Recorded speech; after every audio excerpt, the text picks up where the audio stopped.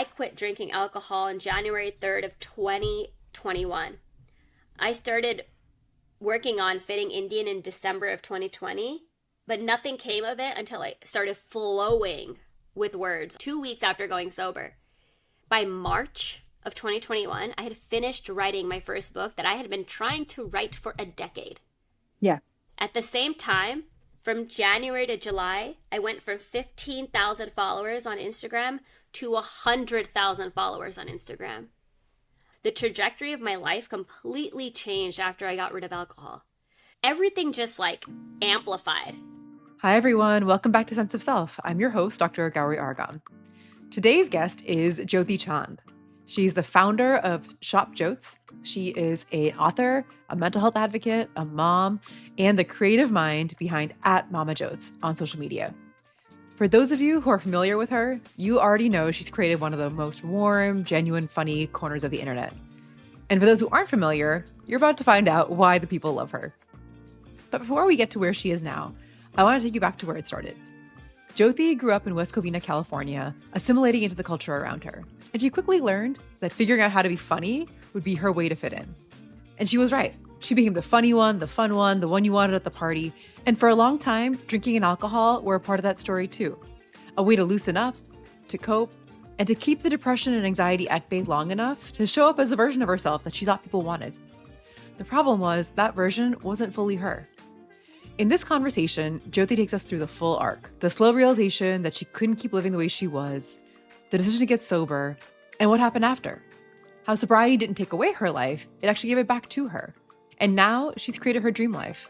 And she did that by choosing to believe in herself. This conversation is hilarious, it's moving, and deeply honest, often all three at the same time. But before we dive in, I do want to give a brief heads up. This episode contains discussions about depression, alcohol dependency, and suicide, which may be difficult for some listeners. So please take care while listening. And if you or a loved one is struggling, please reach out to the crisis helpline by texting or calling 988. Now get comfortable and let's get started. Sense of Self is a podcast exploring the stories we tell ourselves about who we are, where those stories come from, and what it looks like to reclaim them. I'm Dr. Gauri Argam, a psychiatrist, and each week, I sit down with powerhouse women of color to trace their origin stories, explore the moments that shaped them, and uncover the transformations in those narratives that made them more fully themselves. Because when you hear someone else reclaim their future, you start to realize that you can reclaim yours too. And just a quick note before we get started. What you're about to hear is a real honest conversation, but it's not a substitute for mental health care. Our guest came into this conversation on her own terms, sharing only what she chose to share, and has had the support of therapy or coaching either currently or in the past. Welcome to Sense of Self, Jyoti. It's so nice to have you here. It's so good to be here. I'm so excited. Yay, I'm so glad. So I like to start these conversations off typically by asking for your full name and where you grew up.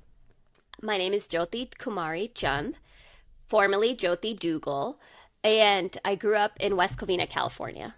And was there any particular inspiration behind your name? So I was born on the 4th of July, and my mom said that it was between Jyoti or Arthi or Deepthi because of the light, right? Because they didn't know I was going to be a girl. And so that's just kind of what she had in mind, because my dad kept saying, oh, she's going to be born on the 4th. She's going to be born on the 4th. My due date was the 9th. And it was true. I was born on the 4th of July. So they did Jyoti because it means flame of light and fireworks, you know. Oh. Good thing they didn't name me Pataka, which is how you say firework in Punjabi. I was going to say, I was it really could have gone either way. It really could have gone in a different direction. So that's actually really cool. I like that your parents named you after an American holiday. That is the height of assimilation. Do you know what I mean? It's crazy. I didn't realize how diverse my upbringing was until I left. Do you know what I'm saying? All my peers were of a different race. So we had Mexican, Filipino, Colombian, Guatemalan, we got Chinese friends, Vietnamese friends, Korean friends. And really there weren't that many. We had black friends. There weren't that many white people. There were half white people. And then I left LA. And everyone was white in the Midwest. And I was like, oh, that's weird. But I grew up in a primarily 95% Mexican community and really grew up with a lot of Mexican traditions and holidays. Um, we celebrated Christmas with the Mexican family that was my mom's best friend. And so we did like midnight mass with them. We did tamales. We did Thanksgiving with them at their tia's house. Like it was very like big Mexican family. Um, Yeah. and so I feel like that is a big part of our culture too, which is interesting because we're not Mexican. So what did it look like for you, Jyoti, to assimilate into Mexican American culture, West Covina culture? What did that look like for you while you were growing up?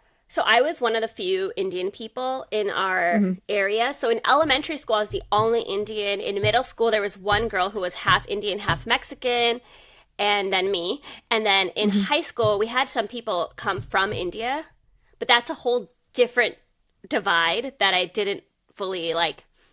There was like a different connect there, right? Because growing up, you think the people from India are like just like your parents. And so we Hmm. didn't have like an Indian club at our high school. So I kind of felt like I was missing out on that experience. Like I didn't really have a lot of Indian friends at school. And so I didn't really like promote my Indianness, if that makes sense. I just tried to blend. There was that dual identity that a lot of us first generation Americans have now expressed that we dealt with. Not everyone, but a lot of us have, right? Like this like oh my god, I smell like Indian food. I got to rinse it out of my hair. Like I talk about that in my book. I wrote a book called Fitting Indian, which is a graphic novel Hmm. about a 16-year-old girl who's struggling with her mental health. She's first generation American. And the first line of the book is like this something I can't even remember. It's my own book, but it's like it always smells like turmeric in here and garam masala or something like that. And she's like Yeah. talking about how she can't wash it out of her hair. And so it's this whole concept of like having to almost be one person at home and then completely be a different person at school and keep those as divided as possible. God forbid your parents pick you up and get out of the car. Yeah. And keep them divided, right? Like me being like, "Oh mom, no, you can't wear a sari to school. You have to wear a dress." Like really trying to get my parents to play the part as well. Yeah. Yeah. And they did it. They They did it. obliged. They did it because they were like, "Okay, we don't want to be the problem for you." All they wanted for us was to blend in, get good grades, and get out of high school and get a good job. Then get married and have Yeah. babies. Yeah. Yeah. Yeah. Fair enough. I was like, don't forget the the ultimate goal. That that that that Um, that. yeah. Okay. So it sounds like the whole family unit had a North Star in mind in terms of just keeping y'all safe, Mm-hmm. blending in, fitting in, moving forward, not causing a Yep. ruckus. Well, we were also in a gang infiltrated area in the 90s, Okay. right? So Yeah. they really were like, don't worry about all this stuff. Don't get involved with these things and keep your grades up and all of that. So, and we did. So that was good. Yeah. Yeah. And probably even more reason for you to feel like you wanted to fit in, right? If that's Yeah. kind of the environment that you were in at the time. So what was it like at home, like in your house though, when you were surrounded by your family? Like how many siblings did you have? What was it Yeah. like at home? I have two older brothers. One is 7 years older than me, the other is 4 years older. Hmm. Loved being home, loved my house. My mom worked nights, so my mom went to work around 2 a.m. every day and then came back around Oh, like 1 o'clock p.m. while we were at school. So, one of the things that was different about my upbringing than a lot of people in my first generation American experience is that my dad was our primary caretaker. He was our default parent, still is. And that's yeah. not normal. I feel like that's like not the story I hear a lot of, but dad worked normal like work hours during the day. They both worked at the post office, different post office. Dad was a mailman for a while, and then he went indoors to be a clerk. My mom was a clerk or at the window, and so um, they worked hard. And dad is the one who would get us up in the morning, iron our clothes, get us to school, do my hair, get me ready for picture day, like check our homework, check our backpack, sign our permission slips, go to parent teacher conferences. Like he was the active parent for everything. And then once my older brother started driving, it was him. He was the parent. Yeah. And so dad was an anomaly because he like did the laundry, he cleaned the house, he cooked, Yeah. like he did everything equally, if not more so. And that's what I saw growing up. And I didn't know that was an anomaly until I heard about other experiences. I thought, just what dads do. Yeah. Yeah. And you're right. But what a great sort of role model to have early on Yeah. without even realizing. I had a Hmm. safe happy home, a room, a Yeah. roof over my head. I lived in sunny California. I got to eat outside in the backyard like all the time. And you were the youngest child and the only Youngest and the girl. girl, yes. And like, yeah, so that must have been great for you. Yes, What was that? it was I'm just fantastic. guessing. Yeah. Still is Tell us what was that fantastic. like? Pretty much got away with Yeah. anything. I was spoiled with love. Not Hmm. materially spoiled, but I was spoiled with love. I was like evil little sister. So my brothers, back in the day before Photoshop existed, my brothers used to change their report cards. Okay, so they were very nerdy, geeky guys, and they were like, "Oh, okay, he got like a C in one class, a D in another." And so when Hmm. the report cards came, they were like, "When the report cards come, Jyoti, don't give it to mom and dad, give it to us." Okay, so what they did is they would take them, alter them, like edit them, photocopy, blah blah blah, put it back in the thing, and put it back in the mailbox. And so one time I was annoyed with them, and I was like, report cards are here, report cards are here, and I like didn't give it to them, and they were like, no. And my brother got a D in English, and he was just like in so much trouble. And I was like, ha ha ha ha ha, because I was a straight A kid, so I was kind of a douchebag Yeah, of a yeah. little sister. You wielded that power too, which is awesome. So when someone's kind of spoiled with love, as you say, right, and not material things, but with love, that tends to give them like a really good sense of confidence Yes. or just a good foundation to, go off into the world with, even if you're kind of nervous and around friends and assimilating and all those things. Having that love at home, whether you realize it or not, really can be so inflating in a positive way and help you get through all the other stuff. And also, it sounds like you were just really cheeky and mischievous. I was very cheeky. I talked back a lot. And then when I got into my teenage years, that was probably the hardest time for my parents and my brothers. Because they were like, my parents were not as aware of like being a teen in America, but my brothers were. And so Hmm. I'll tell you a story. Ninth grade, trying to be cool. So when I had my first sip of alcohol, by the way, um, Yeah. go to a party that my brother told me not to go to. He said I wasn't allowed to go. The name of the party was called Bong Fest. Okay? Bong Fest. So my brothers, who are recently removed from high school, know what Bong Fest is. They know who goes there. They get the vibe. And so my brother's like, you can't go to that. And I was like, okay, I'm just gonna go to Tracy's house. So I went to my best friend's house, and then we went to Bong Fest, of Yeah. course. One of my brother's spies is what I called them, but he was like a friend of his who was a senior at the time. I was a freshman. Called my brother. He actually used his precious minutes on his phone to notify my brother that I was at the party. Rude. And then it That's gets worse. diabolical, actually, because you said it's minutes. It's like those are It's his precious minutes. minutes. So then Yeah. I don't have a cell phone, right? But Yeah. Tracy had a cell phone, so she gets a call and she's like, I don't have that many minutes, so hurry up. And so my brother's like, I'm coming to pick you up. If you don't leave that party right now, I will come in there and carry you out. And so we both have to leave the party. So we had drank a Smirnoff Ice at the party. I was 14. It smelled like weed. And I remember us having a tiny bottle of Scope in our purse. And we both were like, and like spitting it out and everything because we didn't want Pouring to it over get yourself. caught. Yeah. And then he picked us up. We left. We went down the street to his friend's house. 5 minutes after we left, there was a drive by at the party. No way. And my brother was like, I told you. Like, we heard the gunshots from his friend's house. Nobody got hurt. Thank God. But the thing is like, that is kind of how we grew up, right? Yeah, right. The risk is different. It's not the typical risk of like other Indian parents being like, don't go to the party, right? It's like, no, this is a risk and the risk is to your life. Yeah. And so it does, the stakes are higher. And it's different to be growing up in a place where the stakes are higher in that way, no matter who Mm-hmm. you are. But for you though, like clearly you were someone who was okay breaking the rules, okay talking back. You felt like you could like do those things, be that way. You had your best friend. And you also, I think, have referred to the fact that you were funny, and you also refer to the fact that you've been bullied in the past. Yeah. So I kind of, in thinking about Jyoti now and how you are funny and how you lead with that and how kind of entertainment is such a big part of how you show up in the world too. Who was Jyoti the entertainer in middle school and high school? I'm embarrassed to tell you. Okay, so I That's why I asked. I I'm was kidding. underweight. Hmm. First of all, I was very small in middle Yeah. school. Like small, small. Like you see a picture of me, you're like, why is a third grader in seventh grade class? Yeah, yeah, yeah. And so, seventh grade, eighth grade, people are starting to get their period. They're starting to develop. They have like bras and like Yeah. curves. And here I am. My boobs went inverted. Like literally, they didn't even come out.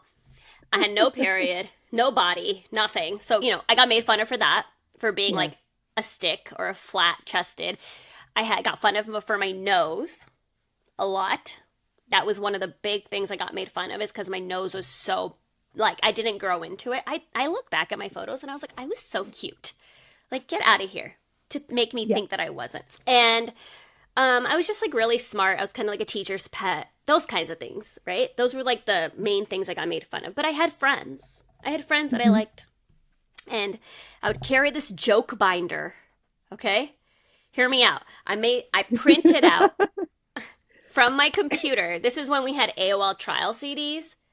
Do Oh you my remember gosh, those? yes. Yes, And I so I would do. find these jokes very inappropriate. No child safety settings. Very inappropriate jokes. I would print them out, 300 pages of print, hole punch it, and put it into a binder so that I could tell jokes at lunch. Nerdiest thing you've ever heard, okay? If anybody went to middle school with me, they could vouch for this, okay? Like, I would do blonde jokes, I would do racist jokes. Like, they were just jokes that I would find. Where is it appropriate? Absolutely not. Really And shouldn't why? be. What motivated you to I create this wanted to be binder? the person that made other people laugh. I just wanted to be that person. I wanted to be someone who was funny and accepted in that way. And it made me Hmm. feel like I was contributing something to this like group of friends, because I wasn't updated on like American pop culture. I Yeah. wasn't that good at that, like outside of Disney Channel. We didn't have Yeah. Disney Channel until seventh grade. Hmm. And so I just wasn't as like, I couldn't keep up. Like the Spice Girls, like I didn't even know who that was when these girls were walking around with Spice Girl lollipops and they were all like, oh my God, Spice Girl, Spice Girl. And I was like, what in the masala are they talking about? Yeah. I do not know. And so like, and it's not like we could Google it back then. I couldn't go Google who the Spice Girls were. So I had to like ask my brothers, and like, you couldn't just like, they couldn't just get on their phone and be like, oh, here's a Spice Girls song. No, we had to like Yeah. Yeah. physically Yeah. have a CD. We'd have to go to a library to get it. And so it was like, if you didn't know, you didn't know. And we didn't listen to that music growing up, right? It Yeah. wasn't like on the radio when my dad was dropping me to school. My dad would pop in some like Dolly Parton, and that's what I knew. Yeah. Yeah. Yeah. I knew Yeah. country music. And so that didn't really Yeah. work for me. So jokes is what I had. Like, why jokes? Was that like just an inherent interest It's of yours, or did inherent. you? Hmm. My whole family loved comedy. My dad is Got it. hilarious. Yeah. He he's just he just loved playing comedy. We watched SNL all the time. We were big Chris Farley fans. Like Mm. um we just loved laughing. I felt like laughter brought my family together, right? So like we used to like Hmm. all watch SNL and just be like and so it was always laughter or academics like Jeopardy, Wheel of Yeah. Fortune, like that kind of Yeah. stuff. Yeah. And so I'm not going to go to school and like quiz my friends. So like laughter felt good, you know? Yeah. Yeah. You had like the social graces to know that doing that may not be, winning you friends, but Hmm. the laughter might win you friends. Hmm. Yeah. I ask these questions because it's just helpful to kind of get a sense of, like where you're coming from, right? Like why Yeah. Jyoti was making the decisions that she was making at the time and what you were hoping they would yield. And it's throughout all of this, right? What was going on with your mental health? I know you've talked about having ADHD, you've talked about experiencing anxiety. Now that I have a better sense of what you were sort of dealing with in your environment and insides, yeah, how does the anxiety, ADHD sort of intersect with everything you've been telling me so far? So what I'm giving you is middle school, right? Oh, okay. This has all been middle school. Got it. High school is where that anxiety and I don't think ADHD was recognized for decades. Long Um, time. um, High school is where that anxiety and self doubt and depression and all of that kind of started elevating. So, beginning of high school was okay, right? It was fine. And then I think I got my period at the end of freshman year of high school. And I feel like after I got my period is when I had more mental health concerns, which is pretty interesting, right? There's got to be a Yeah. correlation with my There hormones is. There and is. all Yeah. of that. Yeah. And so I started fighting back with my mom a lot more. I wanted to do what I want. I would slam my door. I didn't get to do what my friends, like I couldn't have sleepovers and I couldn't go to sleepovers. I couldn't like do all the things that my other friends were doing. And Yeah. or like and that pissed me off because I was like, how come they get to do it and I don't get to do it? And my parents weren't the best at like sitting down and explaining it to me like I do to my Yeah. kids, right? I'll sit them down and be like, you can't have a sleepover because mommy doesn't know if this is a safe place for you. If it was somebody mommy knew very closely, then maybe we could talk about it, right? Like you kind of explain to them the concept of safety, which was our parents. My dad would just be like, no, we don't do like this. And then like just walk Yeah. away. And I'm like, but why? I was so angry. So in high school, I started cutting. I was consuming alcohol. My promiscuity started to come in. And, I was boy crazy. I had to rebel. I mean, that's like the most common story ever.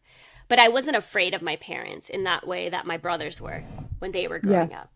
Because Yeah. I felt like my parents, like, at some point, my dad was like, well, it's a lost cause with this one. See what I mean? Like one time when I was like 16, I went to a party and I got like shit faced, okay? Yeah. Get dropped back home at 4 in the morning.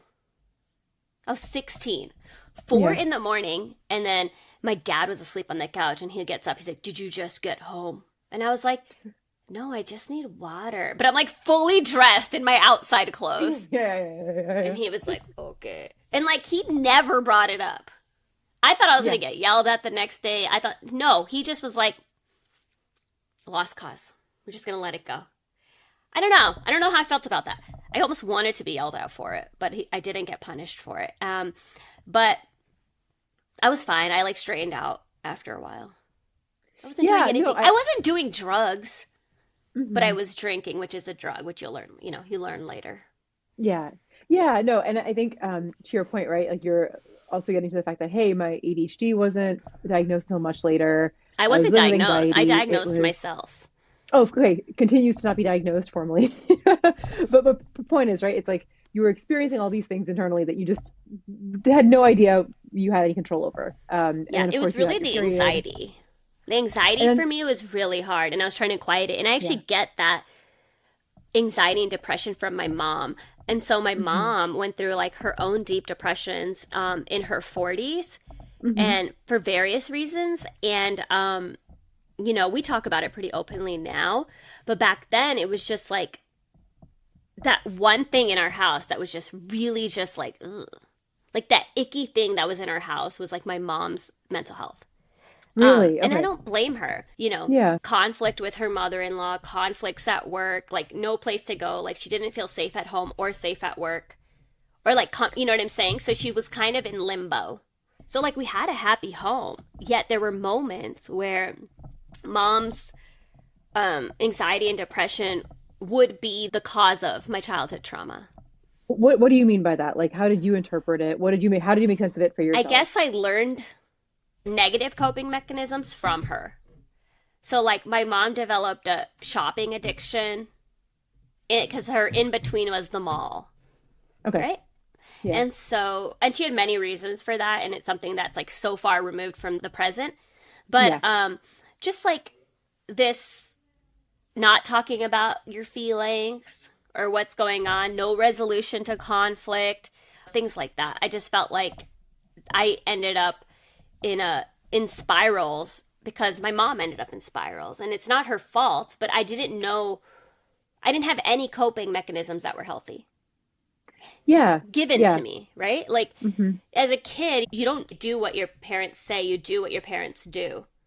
And Yeah. that's why it's been so important to me to like try my absolute best to be the adult I want my kids to be, because I need them to see that mommy gets frustrated and mommy gets angry and mommy gets anxious, but mommy also uses healthy coping, like, oh, I'm feeling really anxious, so I'm going to do a yoga class. hey, I'm feeling really frustrated right now, so I'm going to take a minute for myself and just take some deep breaths. And so, like, Yeah. saying those things out loud to my kids, I'm seeing the results now with a 9 year old Yeah. and an almost 8 year old. I'm seeing them use it. And I'm Oh, like, yeah, it's beautiful. I'll tell you that. It's like, I want to cry sometimes.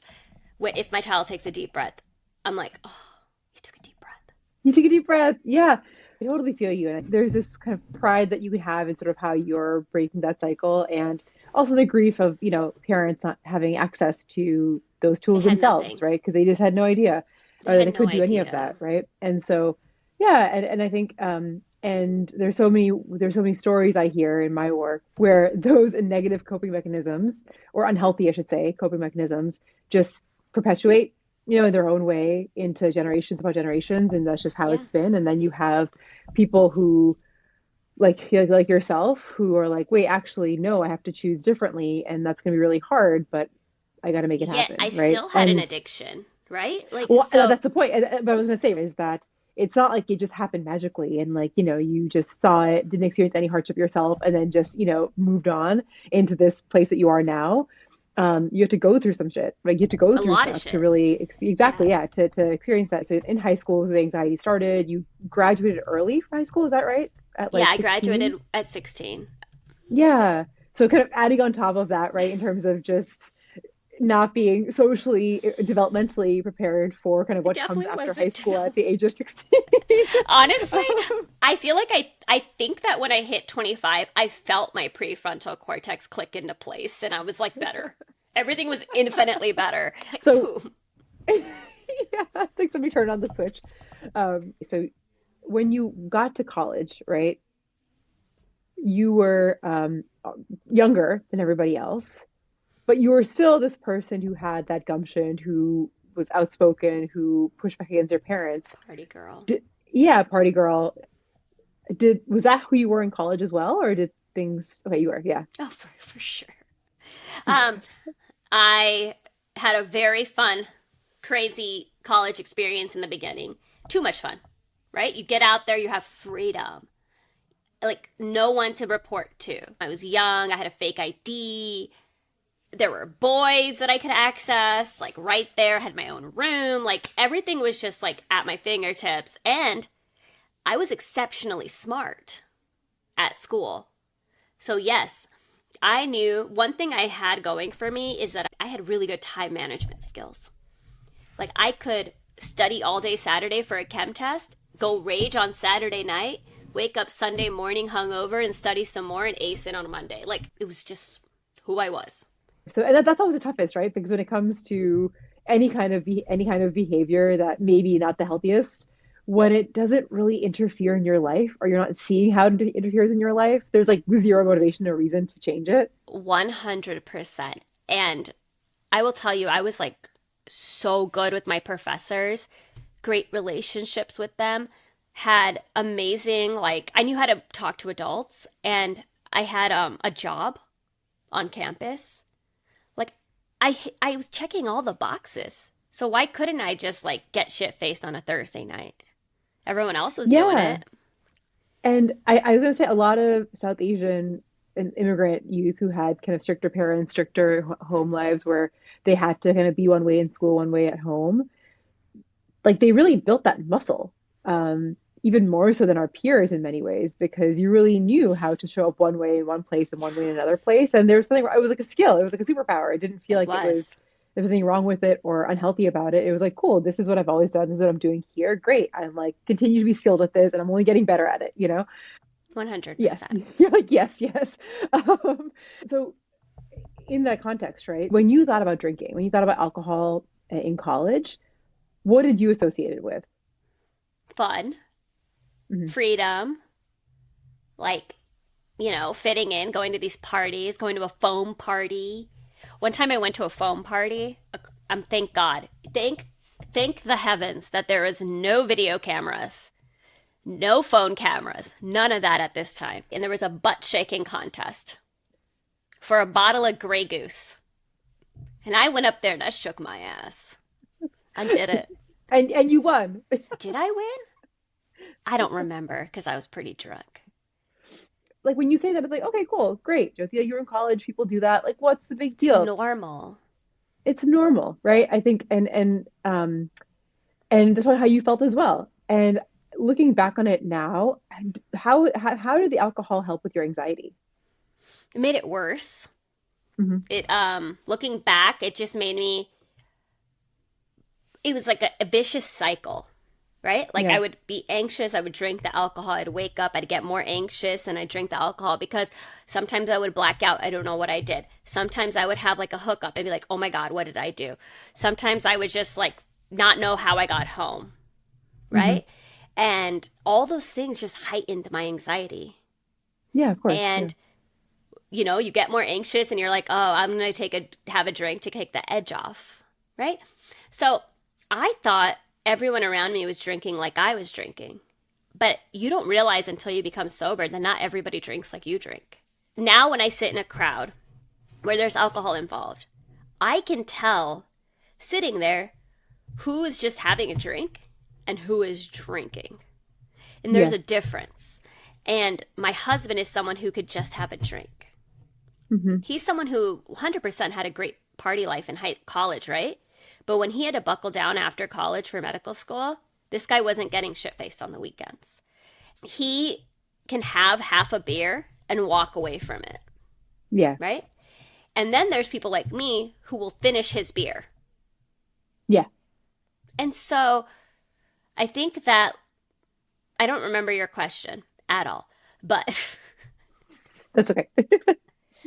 but I will tell you that normalizing alcohol consumption of any kind, to be honest, is part of the problem, right? Assuming that my kids are going to go to college and get shit faced is part of it's that's not what I'm going to assume.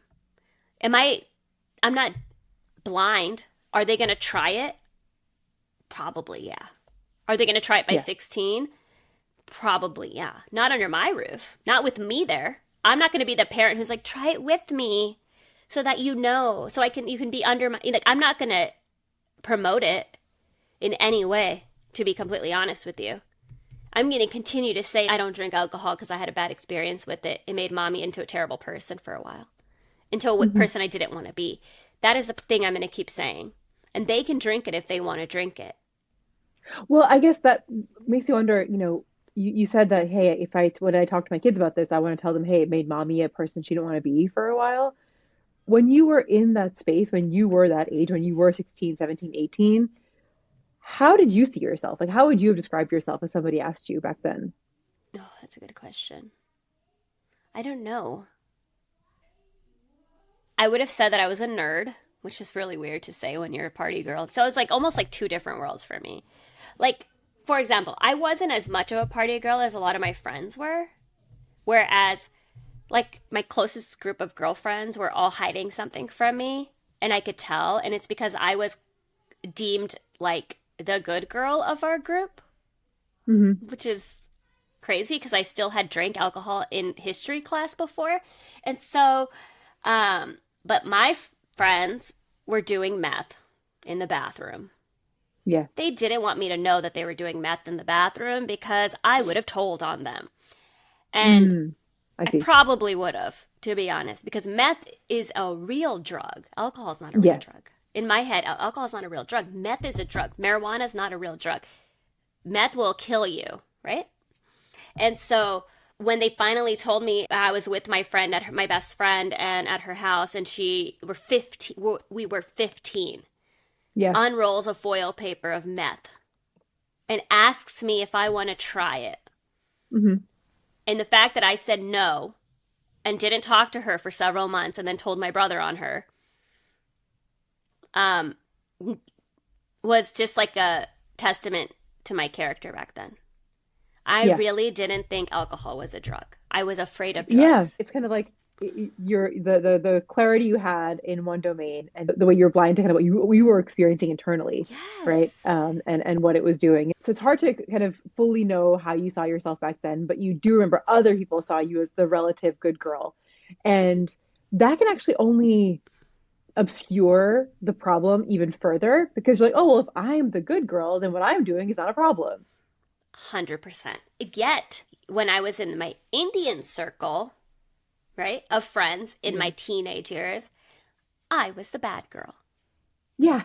And you're like, what the?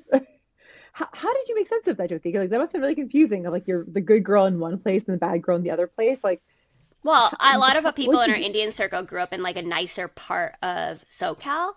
And Hmm. so what they were experiencing at their schools were different than my school. And Yeah. so my Yeah. school was like a 2 out of 10 in terms of violence, and a lot of people got pregnant, and I was kind of like the more promiscuous and party girl, all of that in high school compared to my Indian friends. But once everyone got to college, everyone was the same. They're like, we all want to be Jyoti. No, they were like, we are all free. We're all gonna go out and party. So everyone was the same. Like, but it was just high school, where like other Indian kids had stricter parents, so they made them more restricted, right? Or at least more Yeah. quiet about it. I Yeah. wasn't very quiet about anything, as we know. Yeah. But it was around this time in college, right, that you had a dangerous experience with alcohol. Yeah, Um, and I want to spend some time just talking about the context around that and what happened. So yeah. you were this party girl, you were drinking, you were like, there were more boys around, there was freedom, you were Hmm. still doing well in school, you were still showing up as this kind of put together person for your professors. And then something happens that's completely out of control. Can we talk a bit more about Sophomore that? year, I was a program coordinator at the dorms at UC Riverside.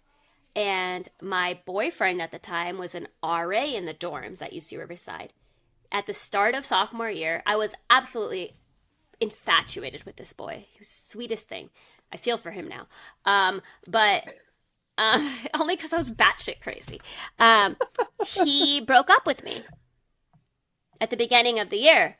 And I could not handle a breakup. It wasn't like a fine breakup, it was like a lingering breakup. Yeah. And then he started dating one of the residents in the dorms. Hmm. So we're all in the same dorm room. I had to see them all the time, so that pissed me off. And I just felt like, okay, I kind of lost all that circle of friends with that Yeah. relationship, and then that was like a trigger for my depression. This Yeah. like deep spiral.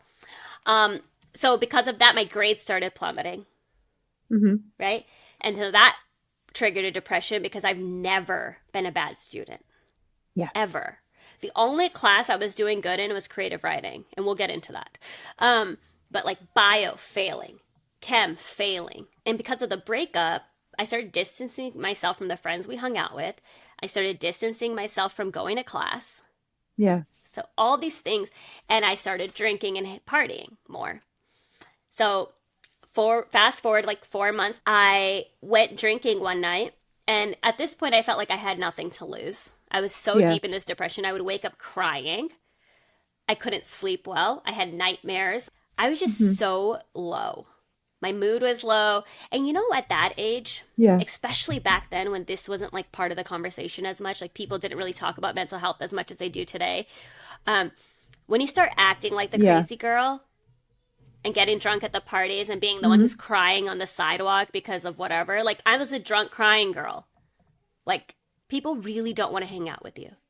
And no one's questioning your mental health because we did not talk about that stuff back then.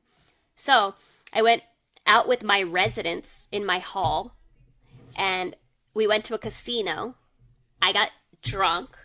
They drove my car back. I went to my room and I took a bottle of ibuprofen because I was just like done. I was like, I can't do this anymore. I have nothing to lose. And I wasn't thinking about my family at that time. I wasn't thinking about anything other than the fact that like I was done. And then um someone knocked on my door and I wouldn't answer it. And then like eventually that Yeah. led to ambulance, and long story short, I end up in the hospital. I end up on a 72-hour psychiatric hold. I did not tell my parents because I was 18 and didn't have to. Um Hmm. Went into the psych ward for, I was in there for maybe about like 36 hours max. Talked Yeah. to the psychiatrist like I was completely fine. They let me go. And then I had to tell my parents because when I went back to the dorms 2 days after I left the psych Yeah. ward, They called me into the dorm room, and I didn't realize this was completely illegal until now. So UC Riverside, shame on you. They asked me to resign from my position as a program coordinator after that, the Oh, whole thing. So they and, they and they they knew couldn't. you'd been to the hospital. They They knew. knew that I attempted to. They knew I attempted Oh, suicide. They knew that I yeah. was. They said the reason was is because I was drinking with my residents, and I was in the worst place of my possible. They decided to make me homeless because I was Yeah. living in the dorms. Yeah. Yeah. Mhm. Can you imagine that as an adult? No. For an adult to do that to an 18-year-old child? So I was asked to resign, and the reason they didn't fire me is because they would have been sued if they fired me. Yeah. So I resigned from my position because I was told Yeah. to 'Cause you probably felt resign. like you had no. I Yeah. had no choice. Yeah. And when I went home, the first thing my dad told me, you shouldn't have resigned. You should have let them fire you and you should have collected unemployment. He got it. Like, and worst thing and best thing that could have happened to me. Okay? The reason that it was the worst thing was because it was one of the scariest moments of my life and I made it through. The reason it Yeah. was the best thing is because it brought my family unit together and we sat there and talked about mental health for the first time ever. And we learned that Yeah. I wasn't the only one struggling. My brother had his own struggles. My other brother had his own struggles. My mom talked about her struggles. My dad likes to brush everything under the rug and put a band aid on it. And finally, we sat there and had a conversation with tears down everyone's face of our struggles. And what now? And now we're getting help, right? Like, so now it's like, what now? So I went to therapy, but I didn't find therapy to be very helpful until I was in my mid 20s because I just felt like every therapist I came by, they're either like too white to get it in a way. Like, Hmm. oh, you should talk to your parent. No, it doesn't work that way. Yeah. We don't just talk, okay? And Hmm. it wasn't until my mid 20s where I had a therapist from Kaiser who told me, I told her like my entire life story, right? And she goes, Yeah. you know, it sounds like you're in a vicious cycle. Hmm. And the only person who's going to break that cycle is you. Breaking a cycle means you have to do something differently. So, what are you going to do that's different? And I was like, oh. It was like, boom. Wow. Yeah. Yeah. So the therapist who said you're in a bad cycle, what did she mean by that? Did she like what did you understand that as? What was the cycle that you were in? Just making bad choices that were self sabotaging myself in a way with alcohol. And I still didn't become sober at this time, just so you know. Did you make the connection between alcohol? Like, did you even at the time, like, did anyone realize that? No, all in all, is that I was in a cycle of making bad choices, and I needed to make a good choice Yeah. to break that cycle. Thanks for sharing that, Jyoti. I mean, I think it's there's so much misconception, I think, around self-harm, suicide attempts, substance use, and it sounds like what you experienced when you were in college was something that was it felt impulsive, right? It felt like I'm done, I've had enough, I'm doing this now. There wasn't premeditation, you weren't thinking about this ahead of time necessarily. It was you were under the influence and this occurred, right? Yeah, And that doesn't dismiss the severity of it, right? It just means that there's a particular context as to why it's happening. And yeah, alcohol is very much a part of that picture. And very interesting, right? That like that is something that was not addressed at the time. most of my adolescent trauma was because of alcohol. Like the majority of it. Everything that I did that affected me later was because I was under the influence of alcohol. Yeah. And when you say that, like, what are you referring to? I've been assaulted, like friendships ruined, relationships ruined, um, grades plummeting, things like that, right? All Yeah. of that was because of alcohol. Yeah. And I think what's and this podcast is called Sense of Self. And I think what sticks out in my brain so much when you're saying that is there are all these things that are happening that are being ascribed to your bad choices and to you as Jyoti. And it shrouds the fact that there is something else in the picture here that's shaping so much of this. And a lot of these things can become a part of who you are and who Jyoti is. Hey, I'm a good girl, I'm a bad girl, I am I'm a mess, I'm batshit crazy, I'm all these things. And then there's also this alcohol that you're drinking, that you're engaging in, this substance use, this addiction that you have that you're not even aware of because it doesn't look like a typical, dependence on a Yeah. substance compared to other folks. It wasn't as bad as people around you using meth, right? It's like getting woven into who you are as opposed to being like, oh, this is actually a choice I can make to not do this, or this is something I can work on for it not to be a part of my life anymore. Right. And I think that's what a lot of people struggle with, right? Is that there's addiction, there's what you see on TV as what addiction is, and then there's also habits that become unhealthy that are no longer like serving you and they're actually causing harm. And they're also making you feel horrible about yourself, right? How would you describe your self-esteem as you were kind of going through all this? It was pretty bad, right? Like I didn't feel Yeah. like I had a lot of self-worth. I didn't really Hmm. present myself in a way where like I cared about my body or I cared about my mind, right? Like Yeah. people always say you can't blame it on the alcohol, but that should be the title of my memoir. Blame it on the alcohol. Um, but it really was a main character in my life for the longest time. And even though I'm the one who put it in my body, right? Like I was not aware of Yeah. how addicting the substance was and how much I used it as a crutch in my life.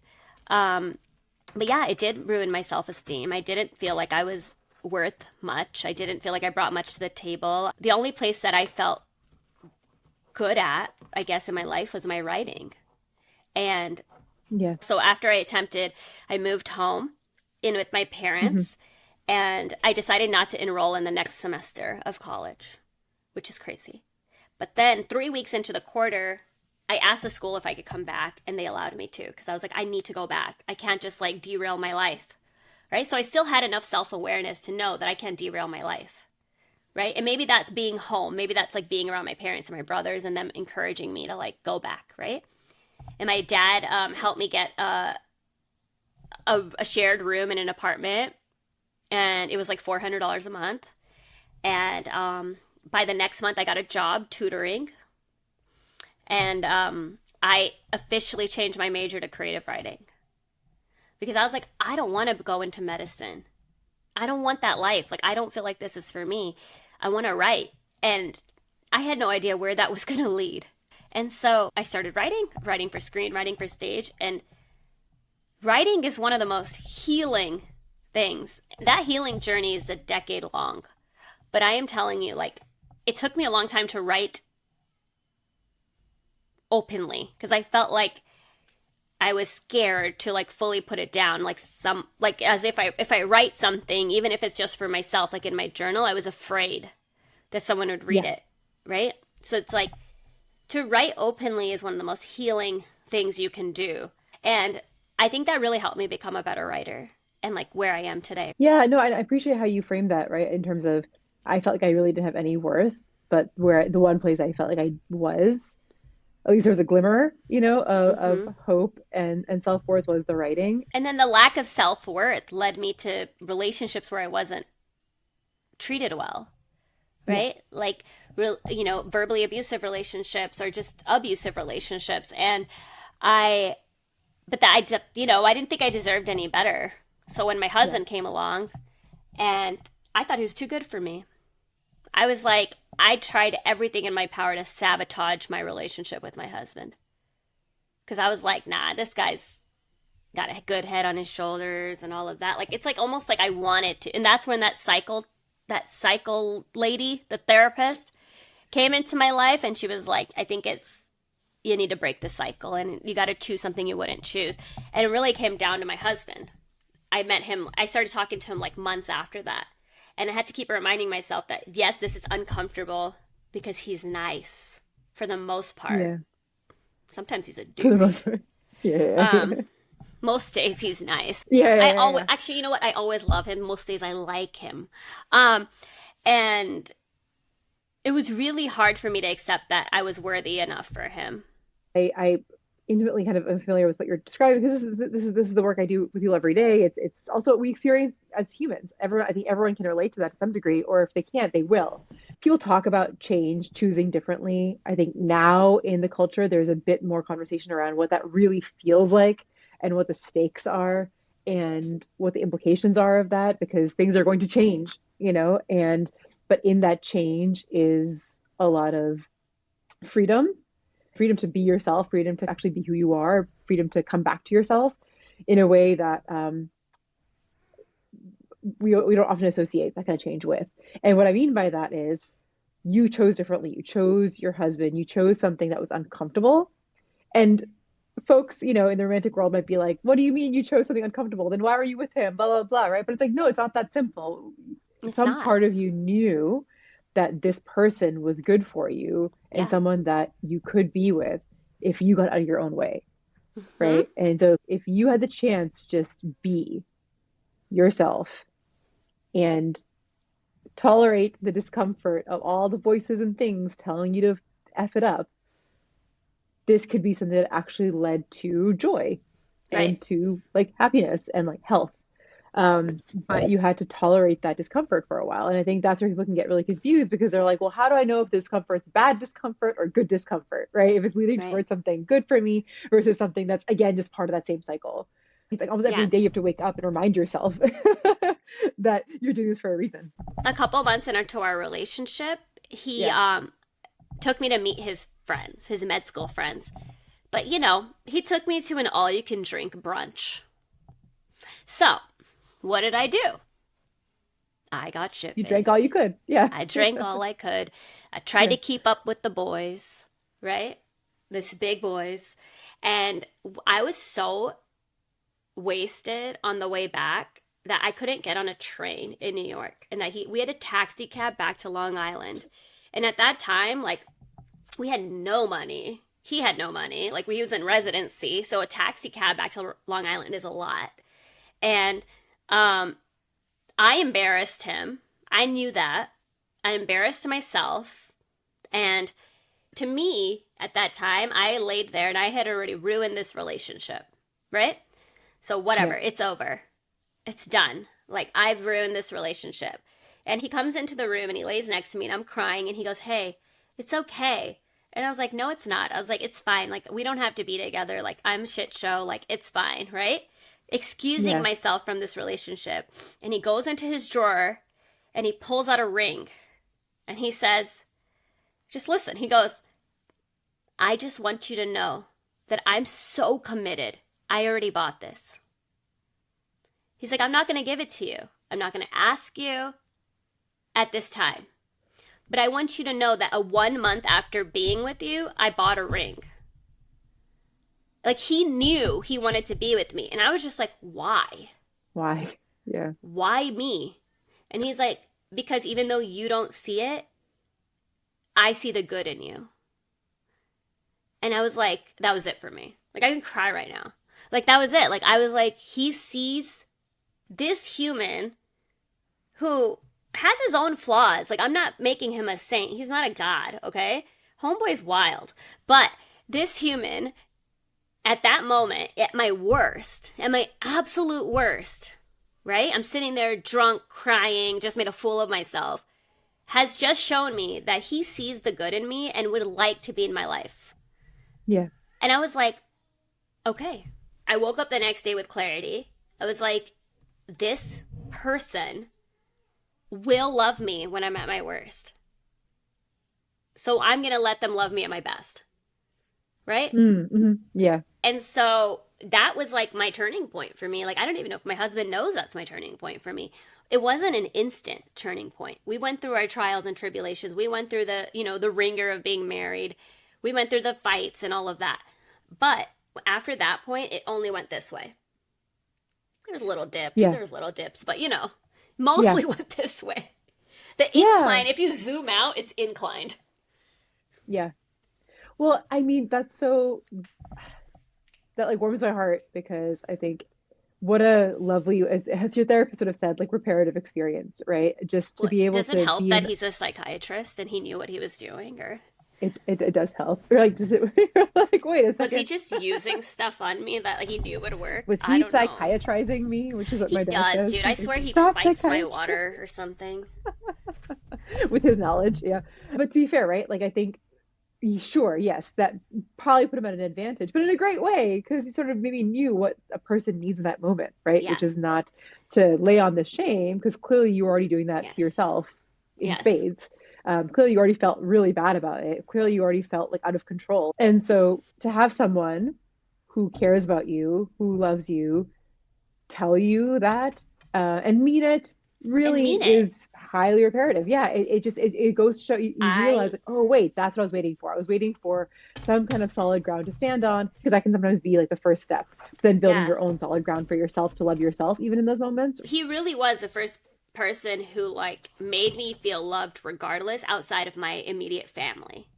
Yeah. Right? Like every other relationship I had been in, I was love bombed, right? But then I was put down or like shamed or guilted, right? Whereas with my husband, he doesn't love bomb me at all. Homeboy does not like overdo it. I'll give you that. I'll be like, "Where's my love?" And he's like, sit down, sit your ass down." Yeah. And but he truly loves me, and there's a huge difference between being love bombed, where someone like just dotes on you and dotes on you and dotes on you, and then puts you down, versus someone who's consistently showing you love and respect. And so and throughout your marriage and into your adulthood, when you felt like you were becoming a mom and making better decisions, what role did alcohol play in your life at that time? Yeah, so when I started doing fertility treatments, I stopped drinking at that time because I had to for just like low Hmm. acids. I was trying to follow like Eastern medicine. So I had taken a lot of pauses on alcohol in my late 20s while I was trying to get pregnant, when I was pregnant, when I was breastfeeding. And then I had like a window where I could drink. And I blacked out 2 times in that window, that 7 months between Krish and Karina's pregnancies. And so in that time, I had drank a lot. So one time was like my birthday where I got so wasted. And then I ended up falling asleep on the couch with my 4 month old. And there was a lot of guilt about that. My husband had to like come and grab him. Like, you know what I mean? Like, it was a lot of like guilt about that as a mother of a baby. Like, Yeah. that's not safe. Um, and then we went out for like a day with another couple, and I got so wasted during day drinking.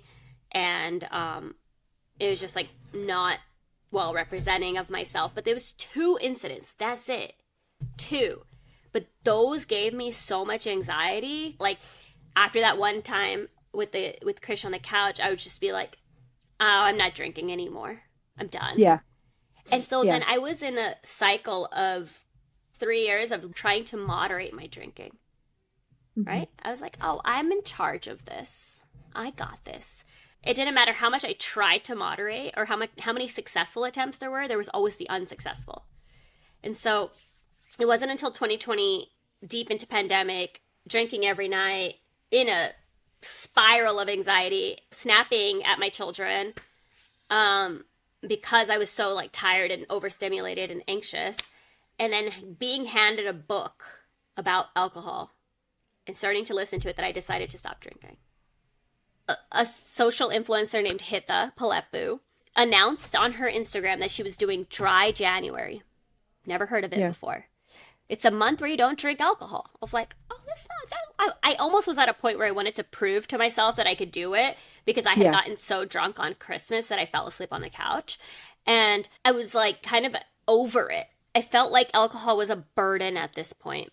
And I still wouldn't have called it an addiction, but it was a burden. And this was like my second attempt at something like this, because I had tried something like this where I did a month of no alcohol 2 years prior, and I was successful, but I immediately went back to it. So Yeah. this time, the difference is that I read other people's experiences. And this is why it's so important for me to share my experience, because when you hear what other people went through and you realize that you're not alone and your experiences are not as unique as you think they are, it changes your perspective. And so I read this book called Quit Like a Woman by Holly Whitaker. A white woman, didn't expect much, didn't expect her to understand much, but I was like, well, let me listen to the book. Yeah. Homegirl and I, from the same life, okay? She just kind of talks about how alcohol, very similar to how I have said that it's a drug. And she had this one line in there, and at this point, I was a very big preacher of clean beauty. I still am. I don't talk about it as much, but like I still really believe in like clean ingredients and stuff like that. She was like, no eyeliner is going to kill you as fast as alcohol. Yeah. And it just like blew my mind. Mm-hmm. I was like, I'm doing all this shit to stay Yeah. healthy, yet I'm poisoning my body every day. Yeah.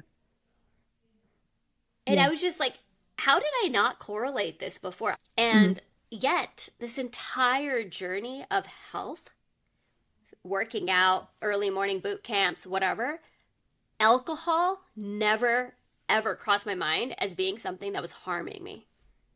Yeah. What? Mm-hmm. I was like, the light bulb was so big. So then I was like, I'm never drinking again.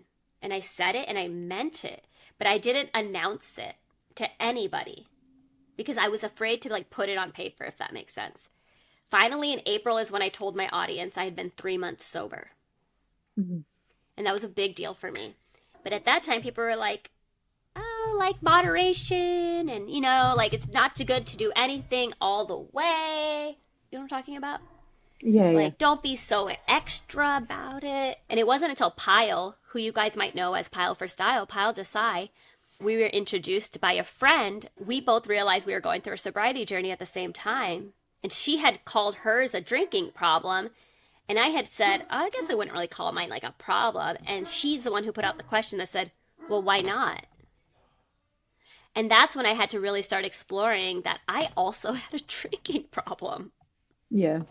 And I had to label it. Like, you don't have to label it, but I felt like I had to. Well, I think what you're getting at also, right, is what a lot of folks go through. And again, it's a tricky thing to talk about because, like you said, there can be this spectrum, and you can have people being like, oh, don't get so extreme about it. But they're not aware of how it's woven itself into your life. They don't actually know these things that you're sharing with us right now, which is, oh, wait, it was leading to unsafe situations. I was relying on it. It was a burden to my life. Sometimes you don't even realize it until after you've had that sobriety and you've had those moments of not drinking, right? Where you're like, oh, okay, there's a good and bad to this, right?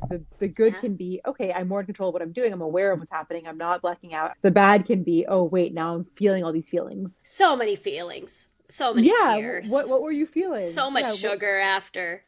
Let me tell you, I don't care if I have a sugar addiction because sugar has never made me get drunk and run from the cops, okay? Sugar has not put me in compromising situations. So lay off my sugar addiction. I just, yeah, dude, you had to sit there and feel your anxiety and you had to feel it. Like there was no way out of it. I had to find other coping mechanism, other ways to release everything that I was feeling. So I've always been a reader, but I started reading even more, watching more things that I was interested in, puzzling, creating content, writing. There is no coincidence that I quit drinking alcohol on January 3rd of 2021. I started working on Fitting Indian in December of 2020, but nothing came of it until I started flowing with words on January 15th, 2021, 2 weeks after going sober. By March of 2021, I had finished writing my first book that I had been trying to write for a decade, okay? I got an agent and I got an offer from a publisher by July of that same year, 6 months sober. At the same time, from January to July, I went from 15,000 followers on Instagram to 100,000 followers on Instagram. The trajectory of my life completely changed after I got rid of alcohol. So I'm sleeping better. My brain is working better. My creative brain is better. I'm more productive. I have more time on my hands because I'm not spending time drinking drunk or with anxiety and hangovers. Everything just like amplified. I ended up getting my first big brand deal from Target the same year.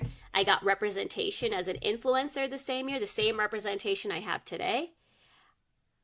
It was just, and it's just been in that trajectory. Have I had obviously ups and downs? Yes, I'm human, guys. Like I've had paralyzing anxiety in the last 5 years where I couldn't get out of bed, but guess what? I wasn't drunk. Yeah. And it just makes everything so much better because I was like, hey, look, I got out of it. I didn't make it worse. And that's not magic, right? It's not like you're saying, oh, like a fairy came down and maybe stopped drinking and gave me all these lovely things. It's like, no, there's a step-by-step real world hours back in your like time back that you received, like yourself, and I was able to use. Yeah. Mm-hmm. And that's the other thing is like it's not like I all of a sudden wanted to do this stuff because I stopped drinking. I've always wanted to do this. I've Yeah. always wanted to be an entertainer. I've always wanted to write a book. And it's like I couldn't do it until I shed the thing holding me back. And then once it went away, I was ready to go. And now Yeah. it's like nothing comes magically in this world. Let me tell you, everything took hard work, time, and dedication. Showing up daily on the internet is not easy. I don't care what anybody says. It is not easy when you're not feeling your best. And showing up and saying, I'm not feeling my best and being vulnerable with your audience takes brevity. Like, you can't just do that, right? But I realize that when I do that, I make people feel seen and heard. And when I show up and I make someone laugh, right? I'm back in middle school. Like, yeah, I'm in. I'm cool. I'm bringing people joy. You know what I'm saying? Like that's powerful. There's a lot you Yeah. can do with that. That's value added. And so I'm grateful every single day that I stopped drinking alcohol. I'm grateful to the people who made that happen, like who were part of that journey, like for posting that one thing. Like, you don't know the ripple effect that your post is going to have. This one influencer didn't know that her post was going to change the trajectory of my life. Yeah. Pyle didn't know that her stating that maybe I had a drinking problem was going to change my entire outlook on alcohol. And knowing those things, I go into my content creation with the same mindset. I go, I don't know who this podcast right now, where I'm sharing so much information about myself, who is that going to help today? I don't know. I don't know, but it could change the trajectory of one person's life. Yeah. No, and especially when it comes to these fundamental issues of how you see yourself, what you think is possible for yourself, and what's limiting that.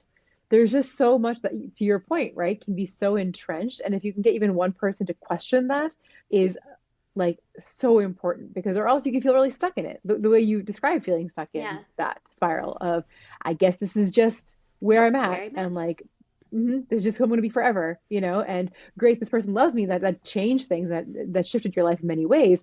But, in terms of you becoming your own person and you feeling like you could love yourself, that required something different. I think your husband clearly set you up to be able to feel like, okay, there is something here. And then you set yourself up to be able to really own that for yourself. And I guess in all of this shift in trajectory, that's not magic, that, it's literally like, hey, I am sleeping better, therefore I can wake up early. And when I wake up, I am less anxious and I am more focused. And then these little decisions that I'm able to make that I can then follow through on are going to like snowball and compound in a really lovely way.